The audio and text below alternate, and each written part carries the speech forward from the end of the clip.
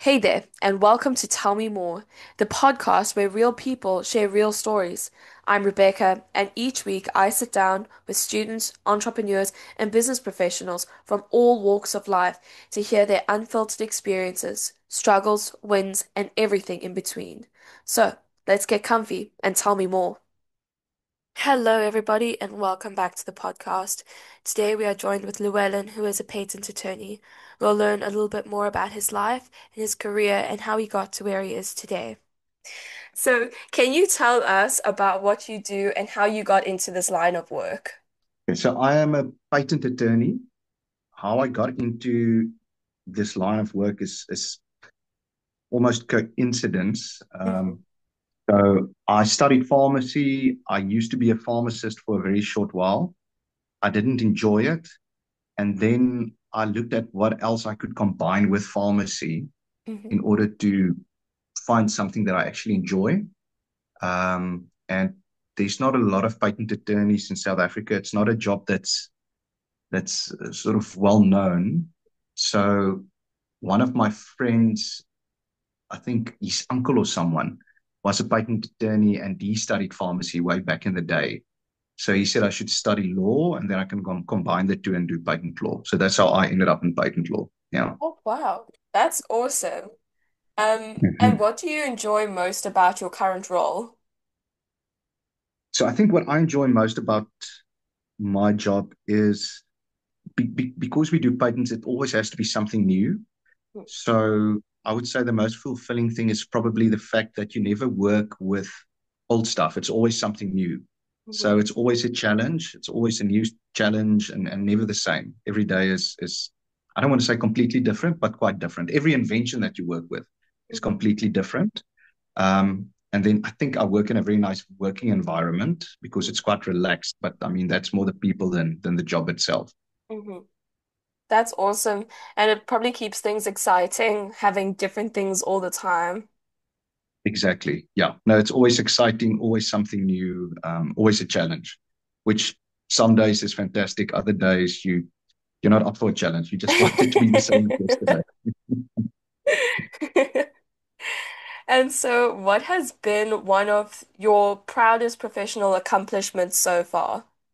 So I was involved in, and I don't want to take it was, I know this is going to sound very cliche, but it was a big team effort. We were involved in patent litigation Mhm. for a big agricultural client of ours, and they were up against a multinational corporation. I don't know if I can say their name, Bayer, but it's a big entity. Mhm. And essentially, what they do is not our client, the other entity, Mhm. is they file a lot of patents that are not necessarily good in law, Mhm. and we challenged them on that, our client. And after losing what three times in court, so first you go to the High Court where we lost, we appealed, we lost again, we went to the Supreme Court of Appeal, we lost again, and then we went to the highest court in South Africa, which is the Constitutional Court, and Mhm. we won the case. So why Oh, it's a wow. highlight for me is it was great for me to work in a team setup with three or Mhm. four people. So it's always nice if you win big and you're part of a team, right? It's much better than doing it alone. And also because it was only the second patent case that went to the Constitutional Court. And I think thirdly, and I think this is where I sort of learned a lot about, you know, stick to your guns and be gutsy is even although we lost the first three cases, we sort of persevered and ended up winning the case. So I would say that's probably my highlight. Yeah. That's incredible. Well done.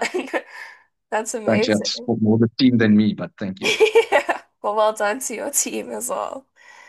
Um, so have you faced any major challenges in your career and how did you overcome them? I have. I would say I probably faced more challenges becoming a patent attorney than actually in my career, if it makes sense. Mhm. Um, because when I finished pharmacy, so my parents helped me with my first degree. They paid for most of it. And then the deal was I have to pay for the second one myself. So at that time, I couldn't afford it. So what I did is I studied in the mornings. I studied law at the University of Stellenbosch. Mm. So I studied in the mornings and I got permission from the university to work in the afternoons. Okay. And so I would say that was kind of a challenge in order for me to pay for the to pay for the degree. And at some stage, it happened twice that I couldn't get my marks because I couldn't pay for it. So I would say that was a challenge. And then the second thing was we write two sets of board exams. So you've passed your LLB, and then you've got to write the patent exams. And I passed all of them except this one, which I failed three times. And I would say that's probably the first time that I had a challenge where I actually felt, okay, I don't really know where to from here because you are what, 8, 9 years in, and you can't seem to sort of, pass this exam. Yeah. And I would say that was probably my biggest challenge, and I passed it on the fourth go. But I would say that's probably the biggest challenge because for the first time I felt like, okay, I don't know what to do. If I Mhm. don't pass, I'm stuck and I can't pass. That kind of situation. Yeah. You know, Well, but in my job itself, no, not really. I think a challenge is probably the hours are sometimes not great, and it comes with a bit of stress, but you learn to manage those. yeah, that's amazing and well done on passing on the fourth try. Too long enough, but thank you. And what advice would you give to someone who is wanting to follow a similar path? I always believe the most practical advice is probably the best. So if you want to do patents, I did the pharmacy route, right? So I studied pharmacy first, or sciences. I wouldn't recommend someone study science necessarily. I would say study engineering. Mhm, Nowadays, the best one to study for patent attorney purposes is probably electric and electronic engineering. Study that, mhm, or chemical engineering. Um, and then just work in the field for a while. Don't immediately start with your LLB. First, see if you enjoy engineering.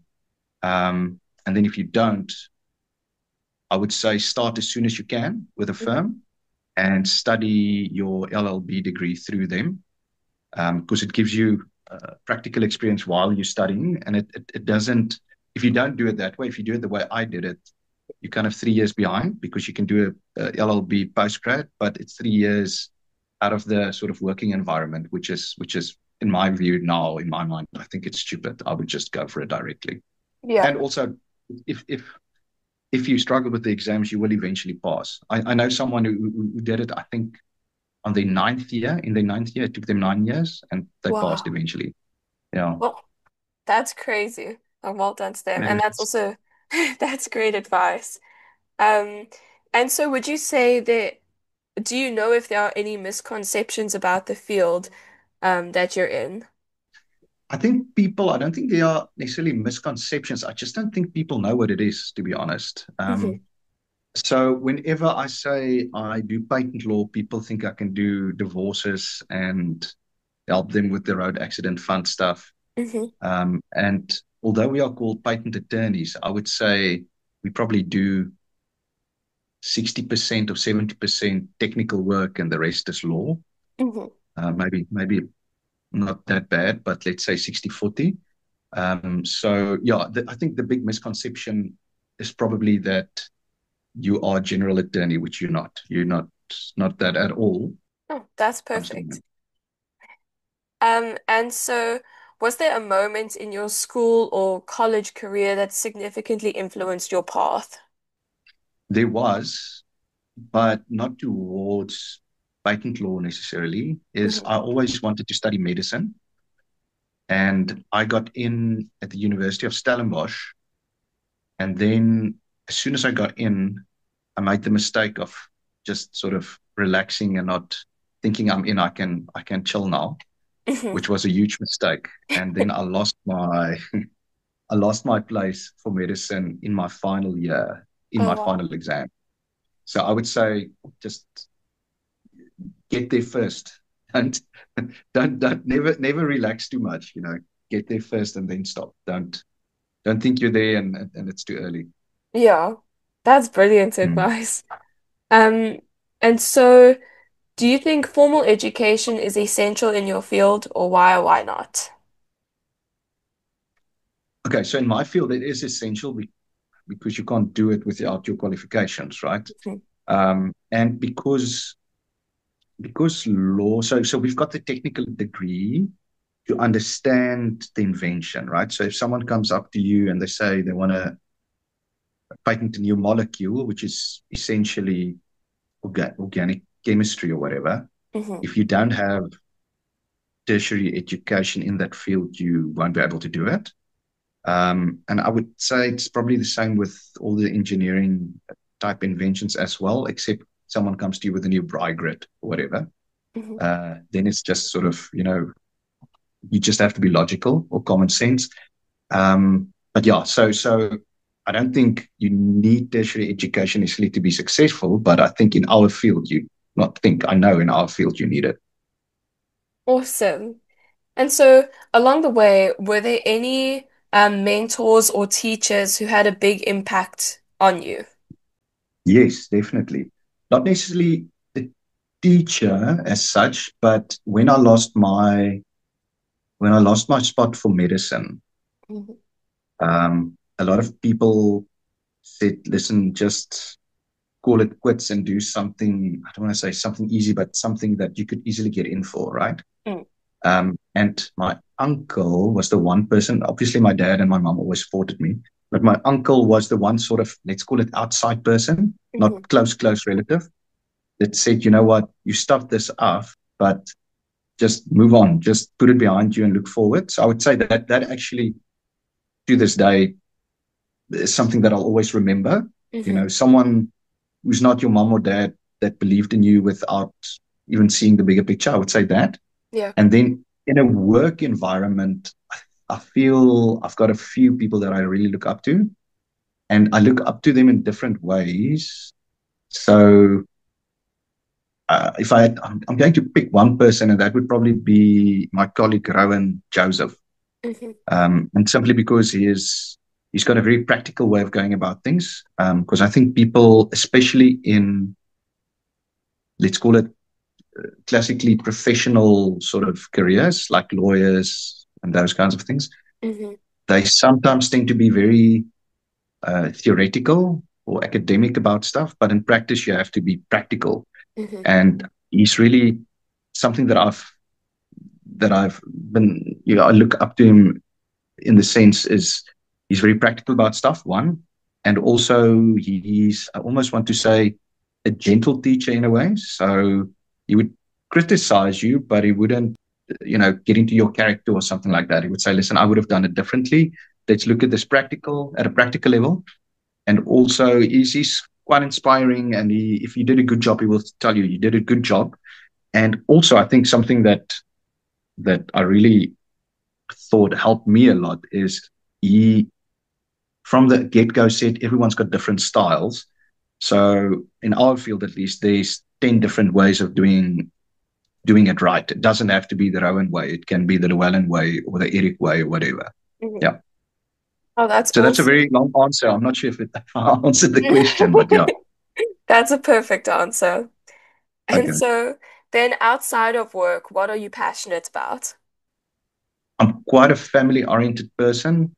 I spend a lot of time with I work fairly long hours, Mhm, but if I've got free time, I spend a lot of time with my wife and my kids.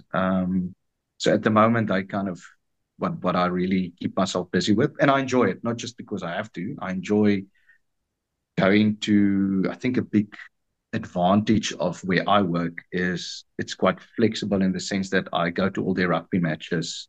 I mhm, go to all their cricket matches, tennis matches, whatever. If they played guitar, I would be able to go to those things. mhm, And then we don't do it often, but when we do have the time, we enjoy traveling quite a bit. mhm, Um, so we'll explore a bit. And then I want to say I enjoy doing sports, but I don't really get the time to do that. But every now and then I'll go to the movies, which I've actually got a passion for that. If I had to choose and if money didn't play any role whatsoever, and I don't know, this might be a question for later, but if money played no role at all, I would make movies. So I enjoy going to the movies to Wow. watch to see how they do things and try and learn from them. Yeah. Wow. That's incredible. I love the movies and like the art of creating and all of that as well. So that's really Mm. amazing. Yeah, Um, yeah, yeah. and how do you spend your weekends or downtime? So you kind of answered that with your like going and spending time with your kids, but is there anything else?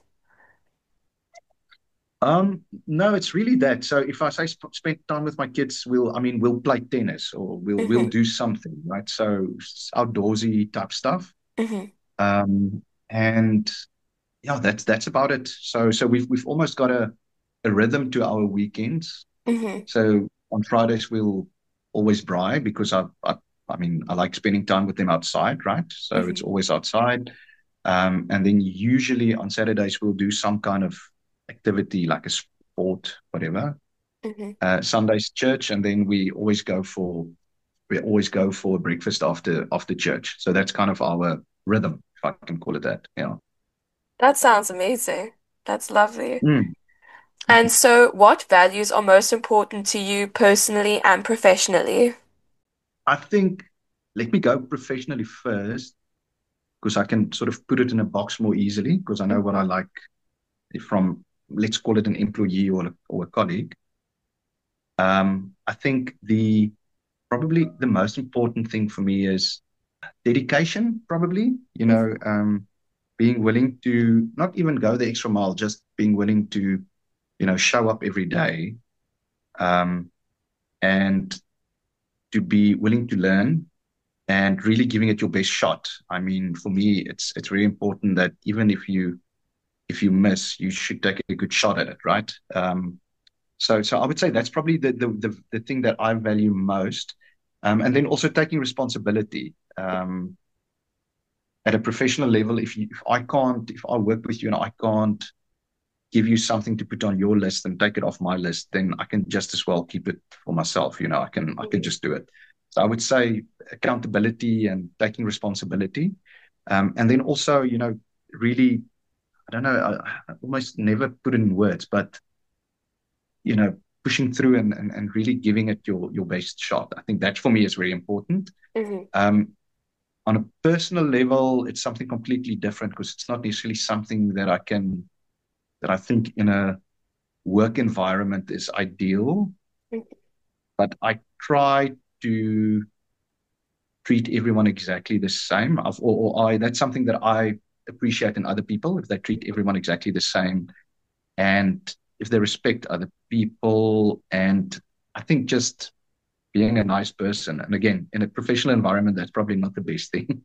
but but at a personal level, outside of work, if profession wasn't an issue, I would say that's probably something that I enjoy in other people, seeing that people are just generally nice and accommodating. Mm. Oh, definitely. Oh, thank you. And um, so if you could go back and give your younger self some advice, what would that advice be?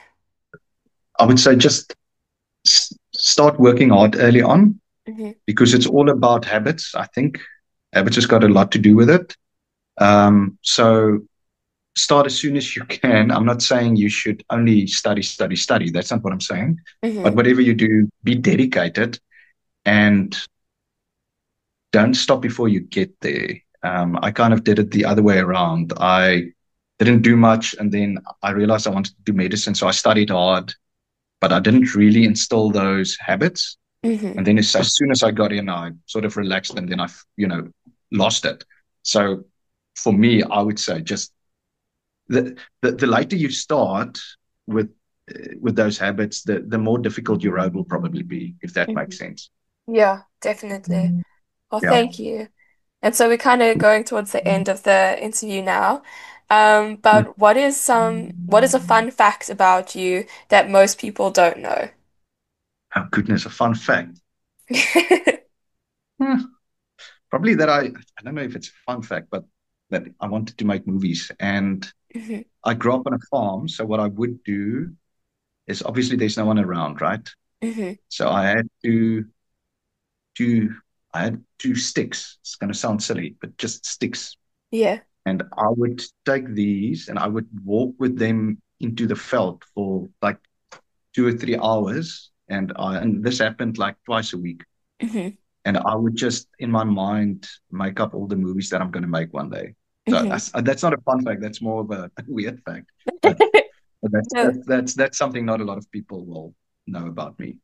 So that. I'm here quite a bit. I'm very sort of in my mind. Hmm. And I think what makes it fun or weird is that my job is exactly the opposite in a way. Hmm. It's not a creative kind of space. Hmm. So you can kind of do both in a way, or be one and do the other. That's an awesome. That is incredible, and it sounds like you had a lot of fun doing it. I did. That's awesome. Well, thank you so much for being in this interview. It has been amazing to get to know you and to learn more about your profession and about what you do and yeah, you as a person. And I wish you the best of luck with all your endeavors and everything you do. Well, thank you. Thanks, Rebecca. And good luck. Thank you so much to Llewellyn for being on our podcast today. It was amazing getting to know you, to learn more about your career, and to learn more about what it means to be a patent attorney. Thank you so much for taking the time to be with us, and thank you so much for all that you have taught us. We are also so grateful to all of our viewers, and we hope to see you in our next episode.